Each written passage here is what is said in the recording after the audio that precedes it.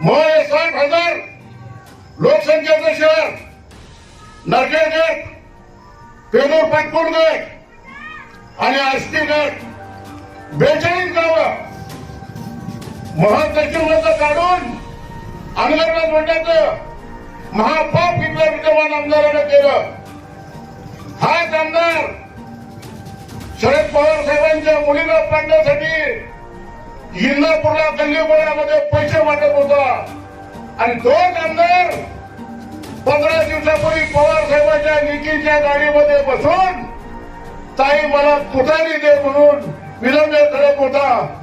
कितीही अशी जी परिस्थिती आहे महाराष्ट्राची आध्यात्मिक राजधानी आहे आणि पंढरपूरच्या 17 गावाची नैतिक जबाबदारी आहे की मध्ये जे अराजक चालले हे अराजक आपल्याला थांबवावं लागेल.